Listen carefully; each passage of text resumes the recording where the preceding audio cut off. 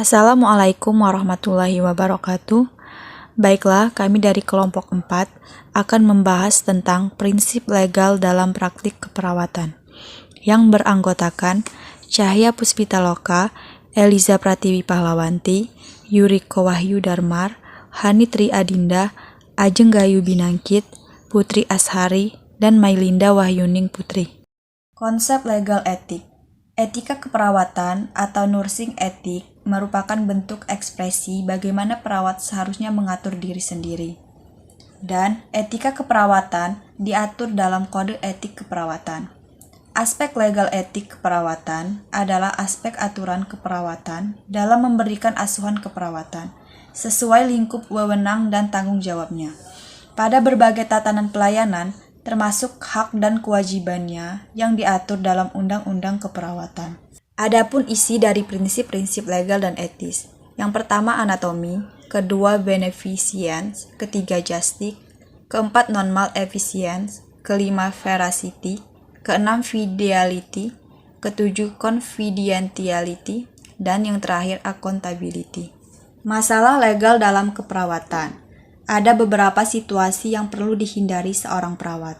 Pertama, kelalaian seorang perawat bersalah karena lalai jika mencederai pasien dengan cara tidak melakukan pekerjaan sesuai dengan yang diharapkan. Kedua, pencurian. Mengambil sesuatu yang bukan milik Anda membuat Anda bersalah karena mencuri. Jika Anda tertangkap, Anda akan dihukum. Yang ketiga, fitnah jika Anda membuat pernyataan palsu tentang seseorang. Anda bersalah karena melakukan fitnah. Yang keempat, penyerangan dan pemukulan. Yang kelima, pelanggaran privasi pasien mempunyai hak atas kerahasiaan dirinya dan urusan pribadinya. Yang keenam, penganiayaan. Menganiaya pasien melanggar prinsip-prinsip etik dan membuat Anda terikat secara hukum untuk menanggung tuntutan hukum. Yang ketujuh, false imprisonment, menahan tindakan seseorang tanpa otorisasi yang tepat merupakan pelanggar hukum atau false imprisonment. Landasan aspek legal keperawatan. Landasan aspek legal keperawatan adalah Undang-Undang Keperawatan. Aspek legal keperawatan pada kewenangan formal adalah izin yang memberikan kewenangan kepada penerimanya untuk melakukan praktik profesi, yaitu Surat Izin Kinerja atau SIK. Bila bekerja dalam suatu institusi dan Surat Izin Praktek Keperawatan SIPP, bila bekerja secara perorangan atau berkelompok. Kewenangan itu hanya diberikan kepada mereka yang memiliki kemampuan, namun memiliki kemampuan tidak berarti memiliki kewenangan, seperti juga kemampuan yang didapat secara berjenjang. Kewenangan yang memberikan juga berjenjang. Aplikasi aspek legal dalam keperawatan. Berdasarkan Undang-Undang Kesehatan yang diturunkan dalam Kepmenkes 1239 dan Permenkes nomor HK.02.148-1/2010. Terdapat beberapa hal yang berhubungan dengan kegiatan keperawatan. Adapun kegiatan yang secara langsung dapat berhubungan dengan aspek legalisasi keperawatan, yaitu 1. Proses keperawatan, 2. Tindakan keperawatan, 3. Format consent. Ethical dilemma. Dilema etik merupakan suatu masalah yang sulit di mana tidak ada alternatif yang memuaskan atau suatu situasi di mana alternatif yang memuaskan dan tidak memuaskan. Dalam dilema etik tidak ada yang benar atau salah. Untuk membuat seseorang harus tergantung pada pemikiran yang rasional dan bukan emosional. Pemecahan kasus dilema etik. 1. Mengembangkan data dasar. Mengembangkan data dasar di sini adalah dengan mencari lebih lanjut informasi yang ada mengenai dilema etik yang sedang dihadapi. Mengembangkan data dasar melalui A.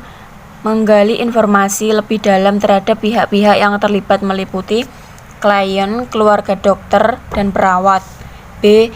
Identifikasi mengenai tindakan yang diusulkan tidak menurut keinginan keluarga untuk melepas alat bantu nafas atau juga untuk memberikan penambahan dosis morfin. C. Maksud dan tindakan tersebut agar tidak membahayakan diri klien dan tidak melanggar peraturan yang berlaku. D. Konsekuensi tindakan yang diusulkan bila tidak menuruti keluarga untuk melepas alat bantu nafas dan tidak diberikan penambahan dosis morfin. Klien dan keluarga menyalahkan perawat karena dianggap membiarkan pasien menderita, dan apabila keluarga klien kecewa terhadap layanan di IGD, mereka bisa menuntut ke rumah sakit. 2. Mengidentifikasi konflik akibat situasi tersebut. Penderita klien dengan kanker calon yang sudah mengalami metastase mengeluh nyeri yang tidak berkurang dengan dosis morfin yang telah ditetapkan. Keluarga meminta penambahan dosis pemberian morfin untuk mengurangi keluhan nyerinya dan memutuskan untuk tidak memberikan alat bantu apapun termasuk oksigen. Konflik yang terjadi adalah A. Tidak memberikan oksigen dan penambahan dosis pemberian morfin dapat mencepat kematian klien yang berarti melanggar prinsip etik atau bisa disebut dengan beneficence non maleficence. B. Tidak memenuhi keinginan klien terkait dengan pelanggaran hak klien yang dapat melanggar nilai autonomi. 3. Tindakan alternatif tentang rangkaian tindakan yang direncanakan dan konsekuensi tindakan tersebut. A. Tindakan menuruti keinginan pasien yang tentang penambahan dosis obat pengurang nyeri dan melepaskan oksigen. Konsekuensi 1. Tidak mempercepat kematian klien. 2. Membiarkan klien meninggal sesuai proses semestinya. 3. Tidak melanggar peraturan mengenai pemberian morfin. 4.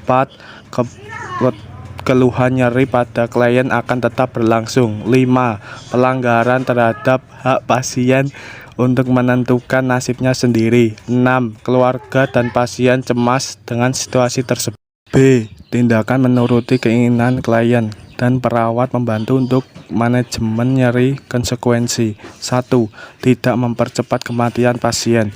2. Klien dibawa pada kondisi untuk beradaptasi pada nyerinya, meningkatkan ambang nyeri. 3. Keinginan klien untuk menentukan nasibnya sendiri tidak terpenuhi. C. Menuruti keinginan klien untuk menambah dosis morfin namun tidak sering dan apabila diperlukan. Konsekuensi 1. Resiko mempercepat kematian klien sedikit dapat dikurangi.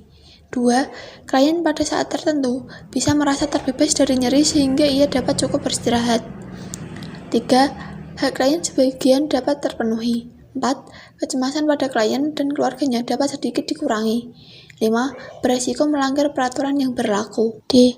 Tidak menuruti keinginan keluarga dan membantu keluarga dalam proses berdukanya. Konsekuensi 1.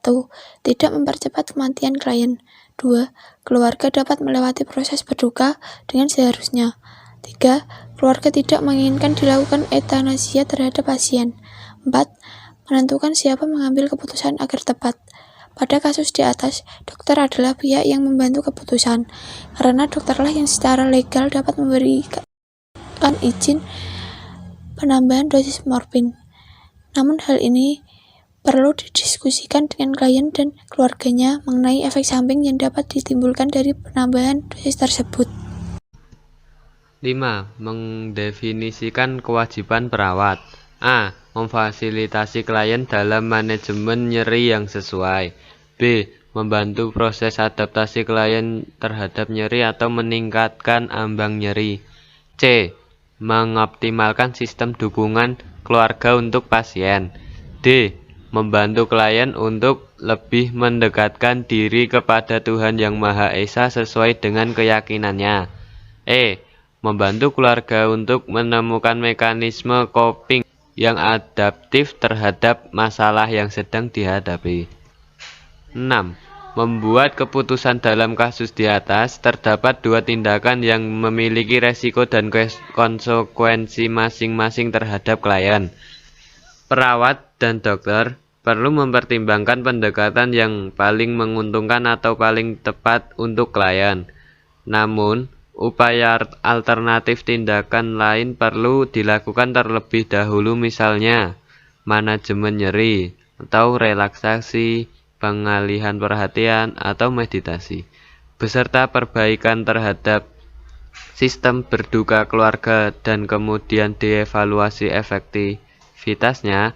Apabila terbukti efektif diteruskan. Namun, apabila alternatif tindakan tidak efektif, maka keputusan yang sudah ditetapkan agar petugas kesehatan dan klien atau keluarganya akan dilaksanakan. Terima kasih atas perhatiannya. Jika ada salah kata dari kami atau perkataan yang kurang berkenan di hati, kami mohon maaf yang sebesar-besarnya. Wassalamualaikum warahmatullahi wabarakatuh.